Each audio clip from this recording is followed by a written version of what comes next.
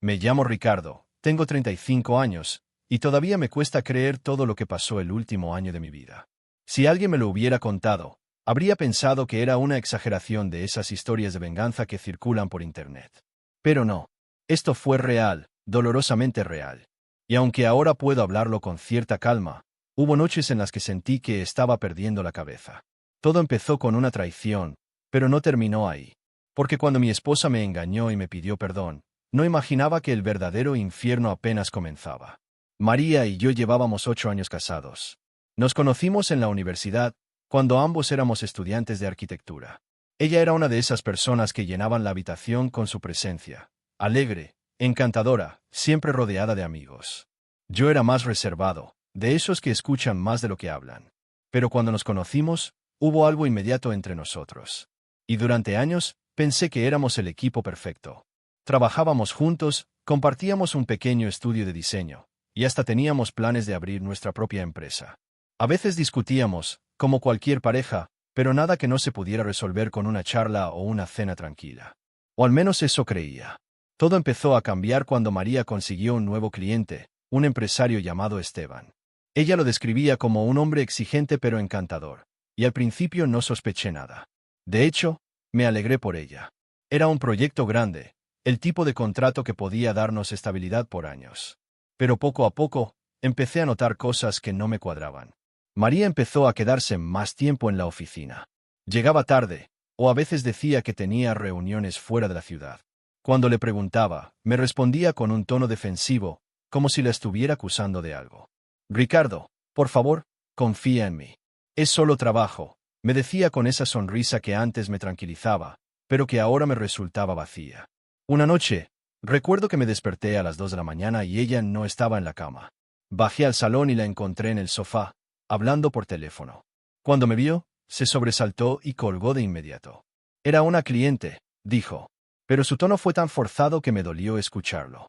No quise insistir, me limité a sentir y subir otra vez.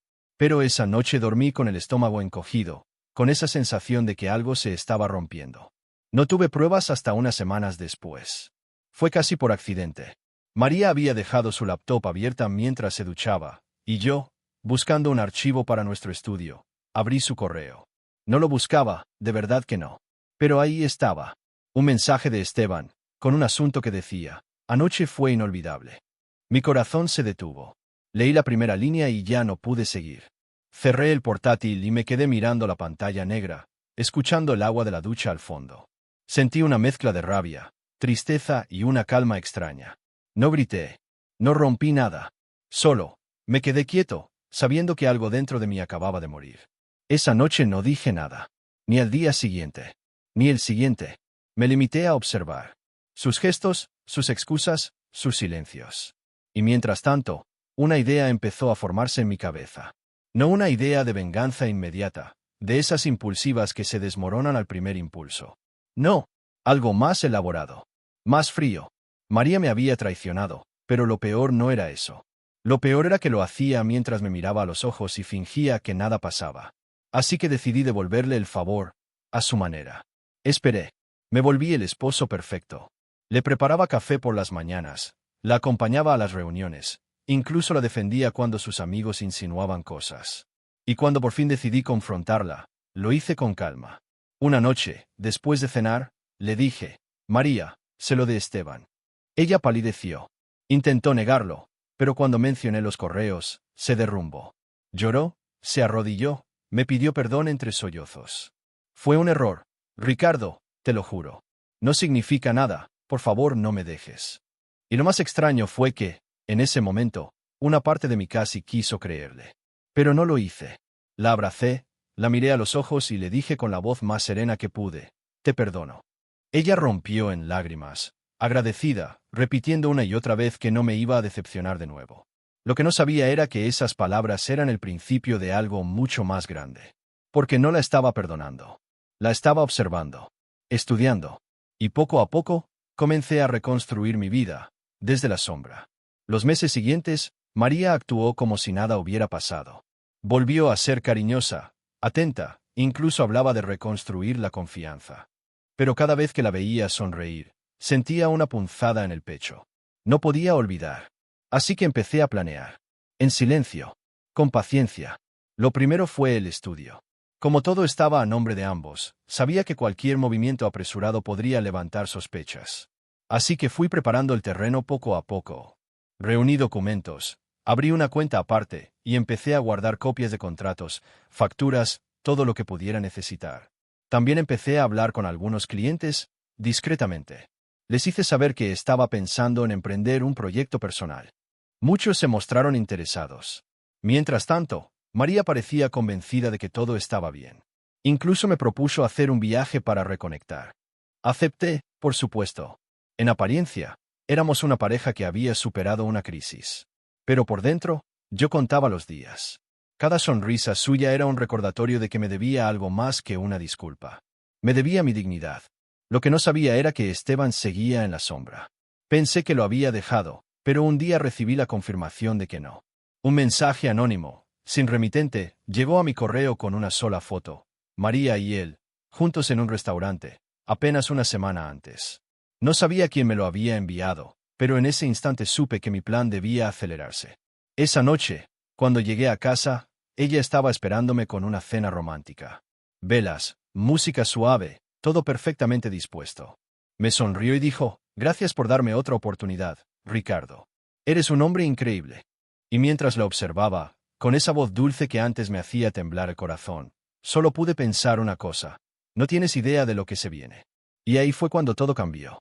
Porque a partir de esa noche, dejé de ser el hombre herido, y empecé a convertirme en algo más.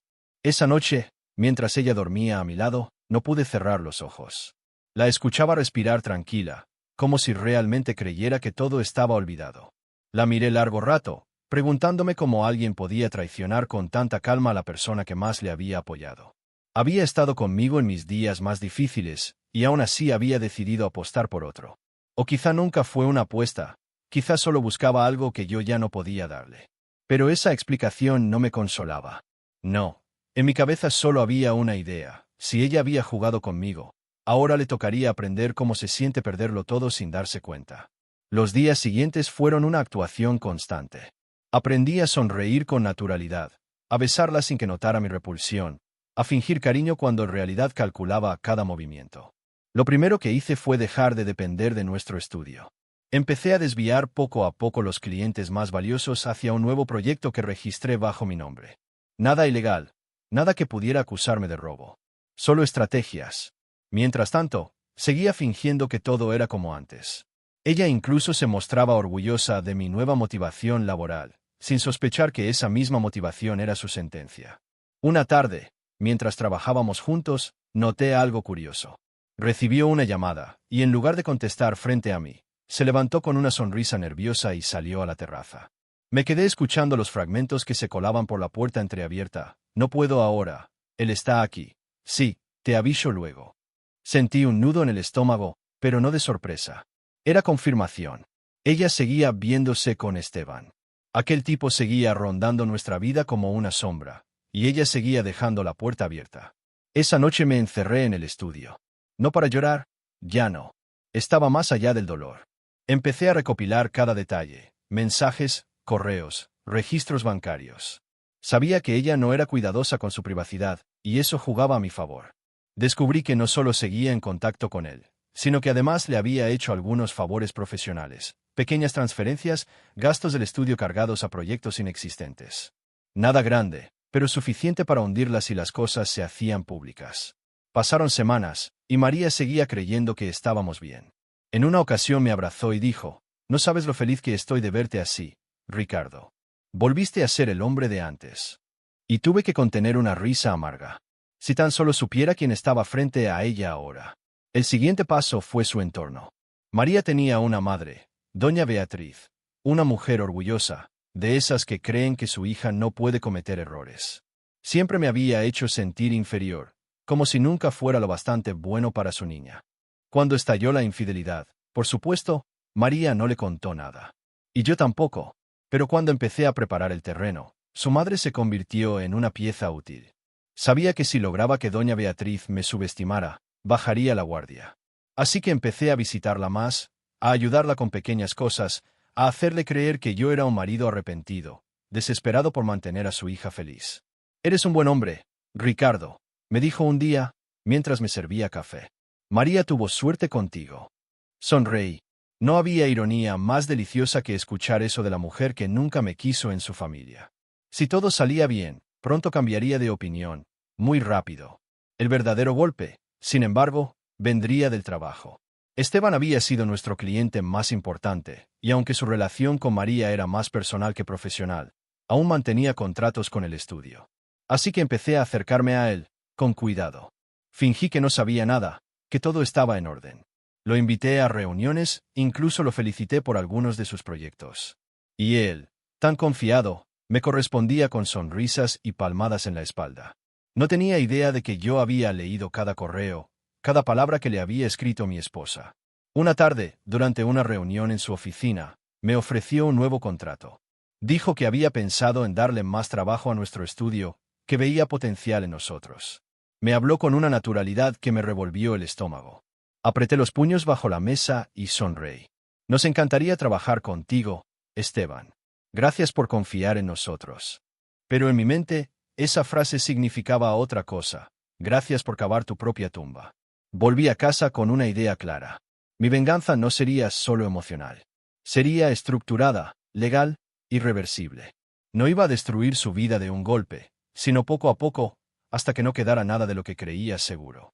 Lo más difícil, sin embargo, fue fingir amor. A veces me costaba tanto mirarla sin rabia que tenía que apartar la vista.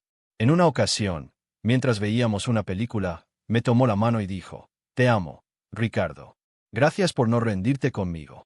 Y aunque por dentro sentí el impulso de soltarle todo, de gritarle la verdad, solo respondí: «Siempre te amaré, María». Fue la mentira más calculada que he dicho en mi vida. Mi oportunidad llegó un mes después, cuando ella me pidió que firmáramos un contrato nuevo para el estudio. Un documento que, según ella, simplificaría las cosas fiscales. En realidad, era una trampa suya. Esteban le había aconsejado registrar parte del negocio bajo su nombre para proteger activos. Creía que me estaba manipulando, y no podía haber sido más conveniente. Me tomé mi tiempo, le pedí que me dejara revisar el contrato, y en los días siguientes preparé una versión modificada. Cuando finalmente lo firmamos, María sonrió pensando que había ganado algo, sin saber que lo que estaba firmando transfería gran parte del control legal del estudio exclusivamente a mí. Cada noche, después de que ella se dormía, yo repasaba los pasos que quedaban. Las cuentas, los contactos, los documentos. Todo iba encajando como piezas de un rompecabezas que solo yo conocía. Y mientras más avanzaba, más me invadía una sensación extraña, no de culpa, sino de poder. Era como si cada mentira que me dijo ahora se convirtiera en mi fuerza. Hasta que un día, algo cambió. María empezó a comportarse de forma distinta. Más distante, más tensa. Ya no me miraba igual. Empecé a sospechar que intuía algo, pero no sabía qué. Una noche, después de cenar, me dijo en voz baja: «Ricardo, necesito contarte algo». Mi corazón se detuvo. Su tono no era el de una mujer culpable. Era el de alguien que tiene miedo. La miré, sin saber si fingir calma o dejar que hablara primero. «Hay algo que pasó con Esteban», dijo, bajando la mirada. «Y creo que nos metimos en un problema serio». Y ahí supe que lo que había planeado cuidadosamente durante meses estaba a punto de complicarse de una forma que ni siquiera yo esperaba. Cuando escuché esas palabras, una corriente fría me recorrió la espalda. «Nos metimos en un problema serio», dijo. «No ella, no él, sino nosotros». Era la primera vez que me incluía en algo así desde su traición, y eso me descolocó. La miré con cautela, intentando mantener la calma, aunque por dentro mi mente ya trabajaba a toda velocidad. Fingí sorpresa, pero también cierta preocupación, como un esposo confundido pero dispuesto a escuchar. «¿De qué estás hablando, María?», pregunté con voz suave, mientras ella jugaba nerviosamente con el borde de su servilleta. Me miró a los ojos, y por un instante vi algo distinto: miedo, genuino. «Esteban cometió un error», dijo finalmente. «Y podría afectarnos a los dos si alguien se entera». Hice una pausa, fingiendo no entender. «¿Qué tipo de error?». Ella respiró hondo. «Usó parte del dinero del proyecto que teníamos con él para pagar deudas personales. Pero los contratos están a nombre del estudio, Ricardo. Técnicamente, ese dinero salió de nuestra cuenta». Por dentro, una mezcla de rabia y satisfacción me invadió. El tipo no solo me había robado a mi esposa, sino que ahora la estaba arrastrando a un problema legal. No podía haber un escenario más perfecto, pero no podía mostrarlo. Así que fruncí el ceño, fingiendo preocupación. ¿Y cuánto dinero estamos hablando? Unos 20.000 euros, dijo en voz casi inaudible.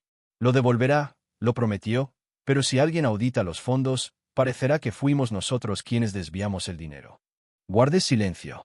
Ella buscaba en mi rostro algún signo de comprensión o apoyo, pero lo único que sentía era una fría determinación. Finalmente, dije, déjame ver los documentos. Tal vez pueda arreglarlo. Esa noche, mientras revisaba las cuentas, confirmé lo que sospechaba. Esteban había usado el estudio como tapadera para mover dinero de forma dudosa. Y María, ingenua o cómplice, había firmado sin leer los detalles. Era el golpe que necesitaba. No solo había perdido mi confianza, ahora había cavado su propio agujero. Al día siguiente, fingí que estaba intentando ayudarla. No te preocupes, amor, le dije con un tono tranquilizador. Voy a encargarme de todo. Nadie tiene por qué saberlo. Ella me abrazó con tanta fuerza que por un momento sentí lástima. Casi. Pero luego recordé la foto, los correos, las mentiras, las noches vacías. Y esa lástima se disipó como humo.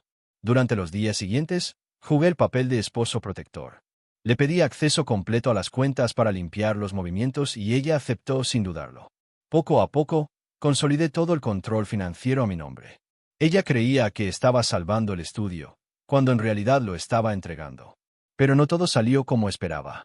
Esteban empezó a ponerse nervioso. Me llamó una tarde, fingiendo cordialidad, pero en su voz se notaba la tensión.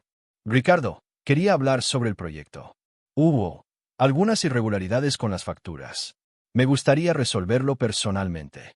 Claro, Esteban, respondí con una sonrisa que él no podía ver. Podemos reunirnos cuando quieras. Nos vimos 2 días después, en su oficina. Entró sonriendo, pero su expresión cambió al verme tan tranquilo. Intentó empezar con diplomacia, pero pronto perdió la paciencia. No sé qué te ha dicho María, pero esto puede salirse de control si no lo manejamos juntos. Lo observé unos segundos antes de responder. Tranquilo, Esteban. Todo está bajo control. Ya revisé los documentos. Él se puso tenso. ¿Qué documentos? Me incliné hacia adelante, manteniendo la voz baja. Los que prueban que el dinero no salió de mi cuenta, ni de mi firma. Así que si esto se investiga, bueno, ya sabes a quién va a salpicar. Por primera vez, lo vi perder el color. Me estás amenazando. Te estoy ofreciendo una salida, dije. Haz lo correcto. Cierra los contratos pendientes, devuélvenos el dinero y desaparece. Si lo haces, no tendré que mostrar nada. Esteban no respondió. Solo apretó la mandíbula y asintió lentamente. Me levanté, le di una palmada en el hombro y me fui sin mirar atrás. Al salir del edificio, respiré hondo. Era la primera vez en meses que sentía que tenía el control total. Esa noche, María me recibió con una sonrisa tensa. ¿Hablaste con él? Sí, respondí. Ya está arreglado. No volverá a molestarnos. Ella pareció aliviada, incluso agradecida. Me abrazó y murmuró, no sé qué haría sin ti. Y ahí, en ese instante, sentí una mezcla de triunfo y amargura. Ella creía que la había salvado, cuando en realidad acababa de sellar su destino. Pasaron un par de semanas de aparente calma. El estudio empezó a despegar bajo mi nueva estructura, y María estaba feliz, confiada, convencida de que habíamos superado una nueva crisis. Pero yo ya estaba en la última fase. Solo necesitaba un detonante más para cerrar el círculo. Ese detonante llegó una tarde, cuando me llamó una excolega nuestra. Ricardo, me dijo, no sé si lo sabías, pero María ha estado buscando un nuevo socio para el estudio. Dice que tú quieres tomarte un descanso y que planea dirigirlo sola. Me quedé en silencio unos segundos, dejando que las palabras calaran. Así que, incluso después de todo, seguía planeando traicionarme. Otra vez. La ironía era casi poética. Esa misma noche, cuando llegó a casa, la esperé con 2 copas de vino y una sonrisa. Tenemos que celebrar, le dije. Ella me miró curiosa. ¿Celebrar qué? Que el estudio finalmente está en orden, respondí, entregándole una copa. Que estamos empezando de nuevo. Brindamos, y durante unos minutos hablamos como si nada. Pero mientras ella reía, mi mente ya estaba en otro lugar. Había llegado el momento. Tenía todo listo, documentos, pruebas, registros bancarios. Lo único que faltaba era el último movimiento. Y cuando me miró a los ojos y dijo, con esa voz dulce que antes me conmovía. Gracias por darme otra oportunidad. Ricardo, supe que ese sería el punto de no retorno. Solo que esta vez, no era yo quien iba a perderlo todo. Esa noche dormí tranquilo por primera vez en meses. No porque sintiera paz, sino porque al fin todo estaba preparado. El tablero estaba dispuesto, y cada pieza estaba en su sitio. María no tenía idea de lo que se venía. La observé dormir, con su respiración lenta, su rostro relajado, y pensé en todo lo que habíamos sido. Lo que habríamos podido ser si no hubiera elegido mentir. Parte de mí deseaba que las cosas hubieran sido diferentes. Pero ya no había marcha atrás. A la mañana siguiente, la rutina siguió como siempre. Café, pan tostado, un beso rápido antes de irse al estudio. Solo que esta vez no fui detrás. Me quedé en casa, frente al ordenador, y envié los correos que había preparado semanas antes. Documentos adjuntos, respaldos, registros bancarios, contratos. Cada uno dirigido a donde debía llegar. La Junta de Ética del Colegio de Arquitectos, la Administración de Impuestos y, por si acaso, una copia a Esteban. Apenas media hora después, comenzaron los mensajes. Primero uno de Esteban. ¿Qué hiciste? Luego otro de María. Ricardo, ¿qué está pasando? No respondí. Cerré el portátil y salí de casa. Caminé sin rumbo fijo, disfrutando del aire frío de la mañana. Cuando regresé, pasadas las 3, el teléfono no paraba de sonar. María me esperaba en el salón, con los ojos rojos y el móvil en la mano. ¿Qué hiciste? Me gritó apenas entré. En su rostro se mezclaban ira y miedo. Nos están investigando.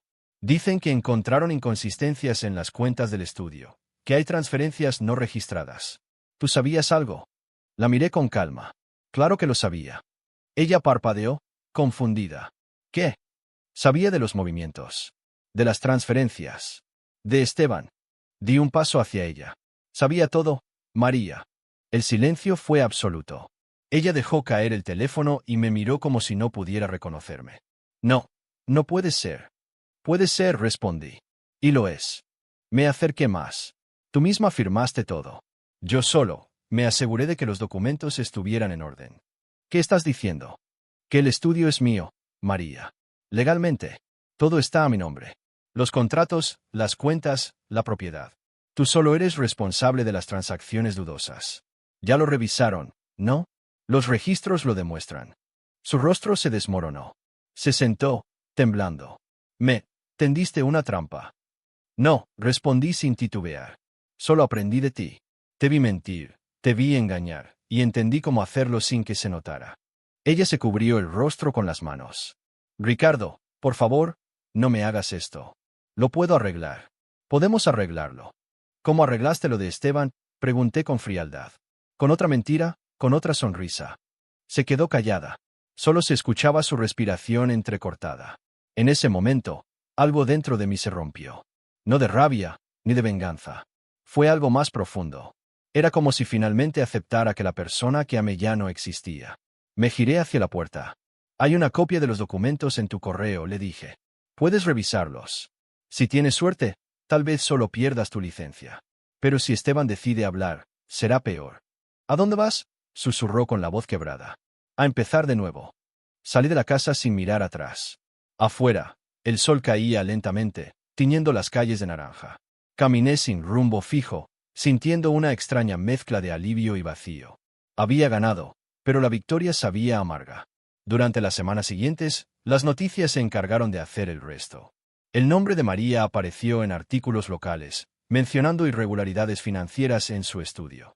Esteban desapareció del mapa, y las autoridades congelaron sus cuentas. Yo, en cambio, seguí trabajando desde mi nuevo despacho, bajo otro nombre, otro logo, otra vida. Una tarde, recibí una carta. Era de ella. La abrí con manos temblorosas. Ricardo, no intento justificar lo que hice. Solo quiero que sepas que te amé, aunque no lo parezca. Perdí todo, y lo merezco. Pero a veces pienso en nosotros antes de todo esto, y me pregunto si alguna vez volverás a sonreír sin pensar en mí. María. No respondí. Guardé la carta en un cajón, junto con la foto de nuestra boda que aún conservaba. Y por primera vez en mucho tiempo, lloré. No por ella, sino por el hombre que fui antes de que todo esto empezara. Con el tiempo, el dolor se fue apagando. El estudio prosperó. Me mudé a otra ciudad, lejos de todo lo que recordara el pasado. Algunos amigos comunes me contaron que María se había ido del país, que intentaba empezar de cero. No me alegré, pero tampoco me importó. Ya no era parte de mi historia.